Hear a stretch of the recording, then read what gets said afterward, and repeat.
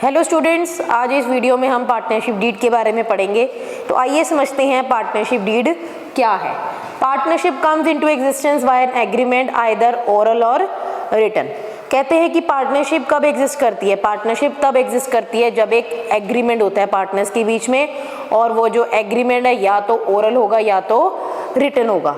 और it is always better to have written agreement to any dispute. और किसी भी डिस्प्यूट से बचने के लिए ये ज़रूरी है और ये बेटर है कि आप एक रिटन डॉक्यूमेंट करें। और इसी रिटन डॉक्यूमेंट को हम क्या कहते हैं? Partnership deed. तो this written document known as partnership deed. तो ये जो रिटन डॉक्यूमेंट हम पार्टनर्स के बीच में किया जाता है, उसी रिटन डॉक्यूमेंट को हम क्या बोलते हैं? पार्टनरशिप डीड बोलते हैं। अब पार्टनरशिप डीड में क्या क्या आता है? Partnership deed details the terms and conditions of the partnership. Partnership में जो भी टर्म्स एंड कंडीशंस होंगी, वो सारी टर्म्स एंड कंडीशंस को पार्टनरशिप डीड में डिफाइन किया जाएगा। पार्टनर्स के बीच में क्या क्या टर्म्स एंड कंडीशन सेटल हुई है, वो सारा कुछ आपको पार्टनरशिप डीड में बताएंगे। It is a legal document signed by all the partners and normally has clauses on the following. ये एक लीगल डॉक्यूमेंट है और इसको सारे पार्टनर्स क्या करते हैं? साइन करते हैं। और इसमें उन सारे क्लॉजेज को डिस्कस किया गया है जो कि पार्टनरशिप को एग्जिस्ट करने के लिए ज़रूरी है। तो आइए पॉइंट टू पॉइंट समझते हैं कि वो कौन से क्लॉजेज हैं जो हम पढ़ेंगे। तो पहला क्लॉज है आपके पास डिस्क्रिप्शन ऑफ दी पार्टनर्स। सबसे पहले आपको पार्टनर्स की डिटेल्स देनी है। पार्टनर्स का नाम बताना है, पार्टनर्स क्या करते हैं, और पार्टनर्स का एड्रेस बताना है कि कहाँ कहाँ से पार्टनर्स हैं। नेक्स्ट आपके पास डिस्क्रिप्शन ऑफ दी फर्म। फिर आपने फर्म का नेम एंड एड्रेस बताना है। नेक्स्ट है आपके पास प्रिंसिपल प्लेस ऑफ बिजनेस। आपका जो बिजनेस है वो कहाँ पर रन हो रहा है, उसका प्रॉपर एड्रेस जो है वो आपने बताना है। नेक्स्ट है आपके पास नेचर ऑफ बिजनेस। आप किस तरह का बिजनेस रन कर रहे हैं वो आपने बताना है। Next commencement of partnership. आपने पार्टनरशिप डीड कब शुरू करी है, अपनी पार्टनरशिप को रन करना कब स्टार्ट किया है, वो आपने बताना है। तो पहले हमने 1, 2, 3, 4, 5 पॉइंट्स के बारे में डिस्कस किया है। सबसे पहला पॉइंट है आपके पास डिस्क्रिप्शन ऑफ पार्टनर्स के बारे में, फिर डिस्क्रिप्शन ऑफ द फर्म के बारे में, principal place of the business के बारे में, नेचर क्या है बिजनेस का, and then commencement of partnership. अब नेक्स्ट चलते हैं आपके पास, नेक्स्ट पॉइंट्स हम पढ़ते हैं। तो नेक्स्ट पॉइंट है आपके पास capital contribution. Amount of capital partners ने कितनी कंट्रीब्यूट करी है, हर एक पार्टनर ने कितना contribution as a capital invest किया है अपने पार्टनरशिप फर्म में, वो हम बताएंगे। Accounts shall be fixed or fluctuating. Accounts कैसे भी हो सकते हैं, फिक्स भी हो सकते हैं, फ्लक्चुएटिंग भी हो सकते हैं। तो कितनी अमाउंट हर एक पार्टनर ने कंट्रीब्यूट करी है, इस पॉइंट में हम बताएंगे। नेक्स्ट है आपके पास इंटरेस्ट ऑन कैपिटल। पार्टनर्स को कैपिटल के ऊपर कितना रेट ऑफ इंटरेस्ट दिया जाएगा वो इस क्लॉज में बताया जाएगा।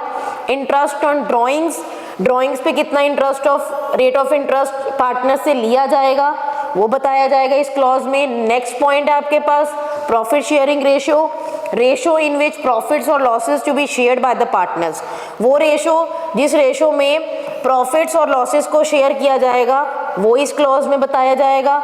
अब वो रेशो इक्वल भी हो सकती है, 1:1 भी हो सकती है, कैपिटल कंट्रीब्यूशन के अकॉर्डिंग भी हो सकती है, और कोई अलग सी एग्रीड रेशो भी हो सकती है जो पार्टनर्स आपस में डिसाइड कर सकते हैं। नेक्स्ट है आपके पास interest on loan. The rate of interest on loan by the partners to the firm and interest on loan to a partners by the firm. इसका मतलब कि फर्म पार्टनर को भी लोन दे सकती है और पार्टनर फर्म को भी लोन दे सकता है। तो दोनों ही केस में जो भी रेट ऑफ इंटरेस्ट डिसाइडेड होगा वो इस क्लॉज में बताया जाएगा। तो नेक्स्ट पॉइंट है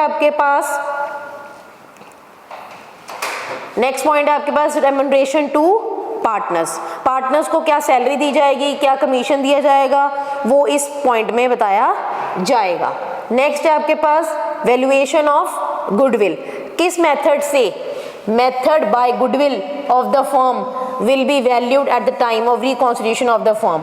जब फर्म की रिकॉन्स्टिट्यूशन होती है, अब रिकॉन्स्टिट्यूशन में क्या आता है? रिकॉन्स्टिट्यूशन का मतलब है जब आपकी प्रॉफिट शेयरिंग रेशो चेंज हो रही है, या कोई पार्टनर की एडमिशन हो रही है, या कोई पार्टनर की रिटायरमेंट हो रही है, या किसी पार्टनर की डेथ हो रही है, तो इन सब केसेस में गुडविल की वैल्यूएशन की जाती है। तो कौन सा मेथड आप गुडविल को कैलकुलेट करने के लिए चूज करेंगे वो इस क्लॉज में बताया जाएगा। नेक्स्ट पॉइंट है आपके पास वैल्यूएशन ऑफ एसेट्स। कह रहे the manner in which the assets of the firm shall be valued at the time of its reconstitution, और उसी रिकॉन्स्टिट्यूशन के टाइम पर किस तरीके से आप एसेट्स की वैल्यूएशन करेंगे, एसेट्स की वैल्यू को डिसाइड करेंगे, वो इस क्लॉज में बताया जाएगा।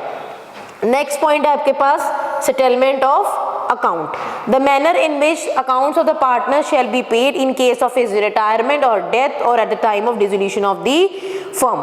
अब कह रहे हैं कि फर्म की डिसोल्यूशन हो रही है, या कोई पार्टनर की डेथ हो गई है, या कोई पार्टनर रिटायर हो गया है, तो उस केस में किस तरीके से उनके अकाउंट्स को सेटल किया जाएगा वो इस क्लॉज में बताया जाएगा। नेक्स्ट है आपके पास accounting period. The date on which accounts shall be closed every year. Normally, accounts are closed on 31st March every year because every entity must submit the return of income for the period or year ended on 31st March every year. तो accounting period में आप वो date disclose करेंगे, date बताएंगे कि कौन सी date तक आपका जो अकाउंट्स हैं वो क्लोज होंगे।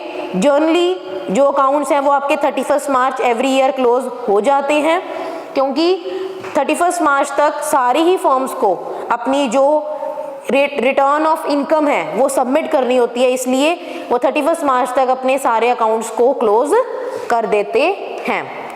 तो नेक्स्ट है आपके पास, नेक्स्ट पॉइंट है आपके पास rights and duties of partners. Partners की क्या राइट्स होंगे, क्या ड्यूटीज होंगी, पार्टनर्स क्या क्या कर सकते हैं, वो इस क्लॉज में बताया जाएगा। नेक्स्ट है आपके पास duration of partnership. Duration of partnership में ये बताया जाए कि आपकी पार्टनरशिप कितने टाइम तक चलेगी, वेदर वो एक स्पेसिफाइड पीरियड तक चलेगी या फिर एक वेंचर को कंप्लीट करने के लिए, वेंचर मींस किसी प्रोजेक्ट को कंप्लीट करने के लिए, और दूसरा एट विल, इसका मतलब कि अपनी मर्जी से कभी भी पार्टनरशिप को क्लोज कर सकते हैं। तो इन तीन पर्पस में से कौन सी किस तरीके से आप पार्टनरशिप का ड्यूरेशन डिसाइड करना चाहते हैं वो आपको पहले ही अपनी पार्टनरशिप डीड में बताना पड़ेगा।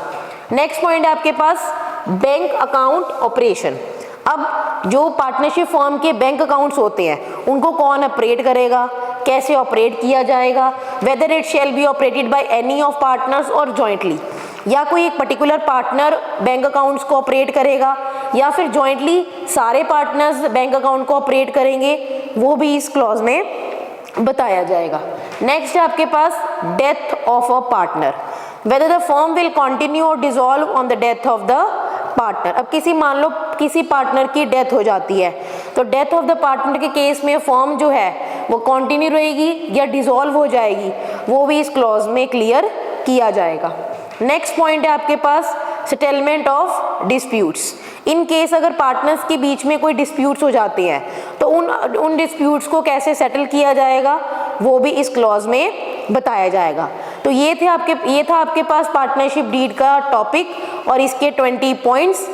उम्मीद है आपको हमारी वीडियोस पसंद आ रही हैं। हमारी वीडियोस को इसी तरह देखने के लिए हमारे वीडियोस को लाइक कीजिए, उस पर कमेंट कीजिए, वीडियोस को शेयर कीजिए और चैनल को सब्सक्राइब कीजिए। Thank you.